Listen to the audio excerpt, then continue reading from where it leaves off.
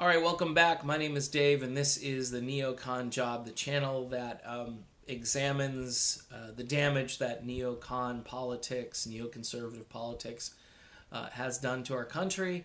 It also is focusing right now on presidential candidate Tulsi Gabbard, who I believe is the biggest threat to the establishment, maybe, I don't know, since who? I mean, Trump obviously was a threat to the establishment, but he's surrounded himself with people in the establishment.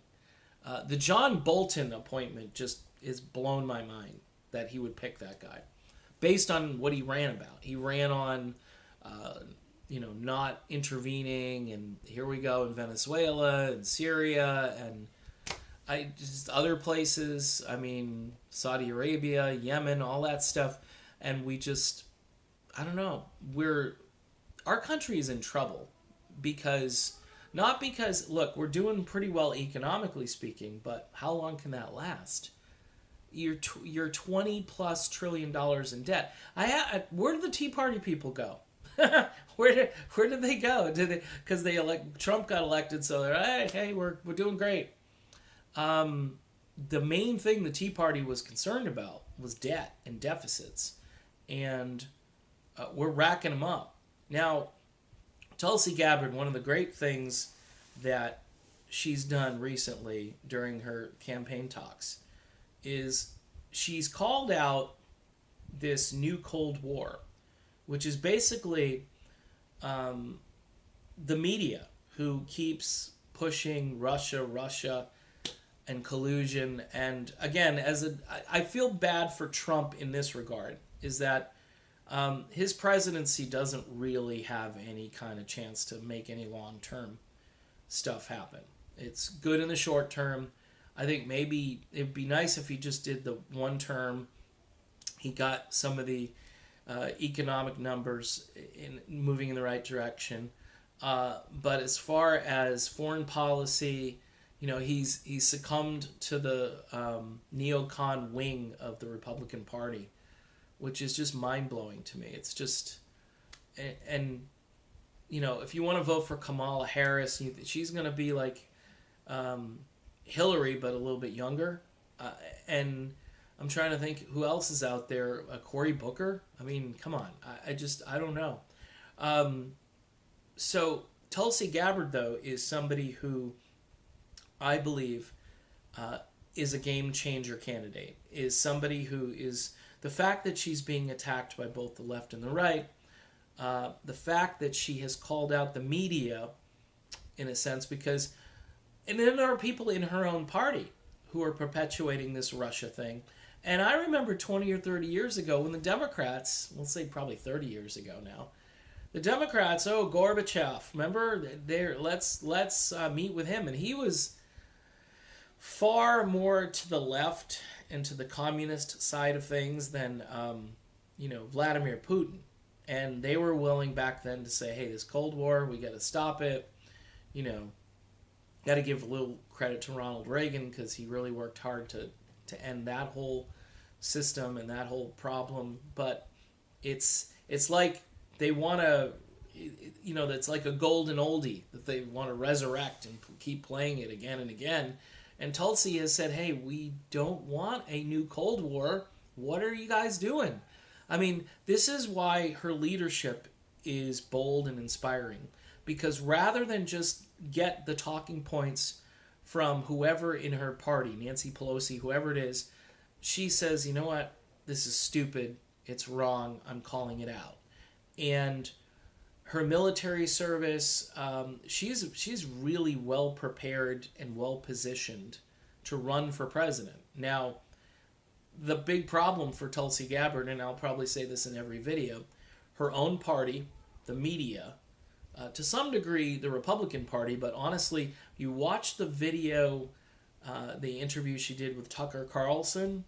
I mean, Tucker and her, it was a love fest. I won't say it like that, but it was, you're bold, you're courageous, you're standing up. I don't agree with you on a lot of your social programs and issues and so forth, and I'm in Tucker's chair right now. I'm in the same boat, and I'm excited about her because I think that the trillions of dollars we're wasting, if we could have them back for infrastructure, for the things that we need to spend the money on here at home, and we could have an argument about healthcare and border security, and we could actually get back to, instead of this media circus which has happened under Trump.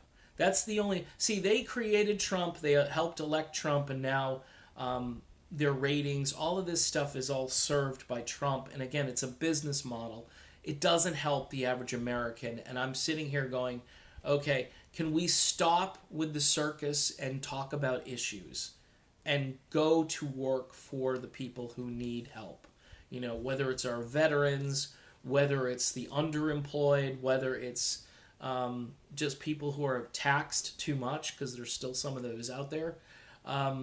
We need to just look at real issues. And there's nothing more real than regime change wars and how long we've been fighting them, and how frustrating it is that very few people see the correlation between our national debt and the amount of money that we've spent on war. If you trace it back 18, 19 years, almost the entire debt you could trace back to the wars in Afghanistan, Iraq.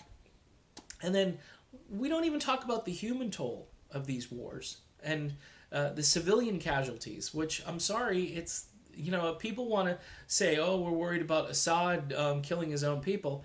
Well, a ton of people have already died in the name of all of these wars that we've been fighting for the last 2 decades. And I think at some point people have to just stand up and say, you know what, I like what she's saying.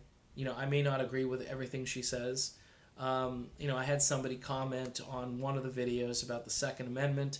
I don't know. I don't know. I don't think she's going to ban all your guns. I don't. Maybe she's going to have some restrictions on firearms. I don't know. I don't own a gun.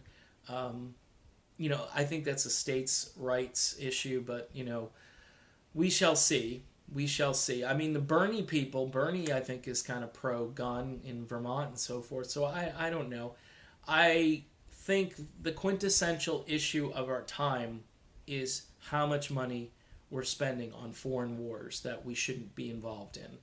And I'm a big proponent of scaling them back and bringing the troops home and saving the money. And that's what Tulsi Gabbard is all about. Her Cold War stance, I think, is awesome, and it really throws some shade on the media who deserve it, who have generated this just so they can destroy Donald Trump. And that, I'm sorry, I don't care how much you dislike a president, that is one scary tactic, because that could get us into a real war. Putin has already kind of been, you know, saber rattling and saying some things that he wasn't saying at the beginning when Trump first got in, and now he's saying some stuff that's pretty scary.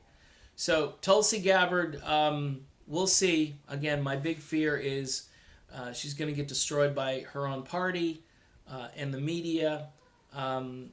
Give her $1. I gave her $1 just so she can get on the debate stage. It's going to just be delicious. That's the best word I can come up with, to see her on the debate stage with all these neocon Democrats who are just going to get up there and say, you know nothing about foreign policy. And then she's going to look them in the eye and say, yeah, my military service, that certainly disqualifies me from you know, commenting on foreign policy and military issues.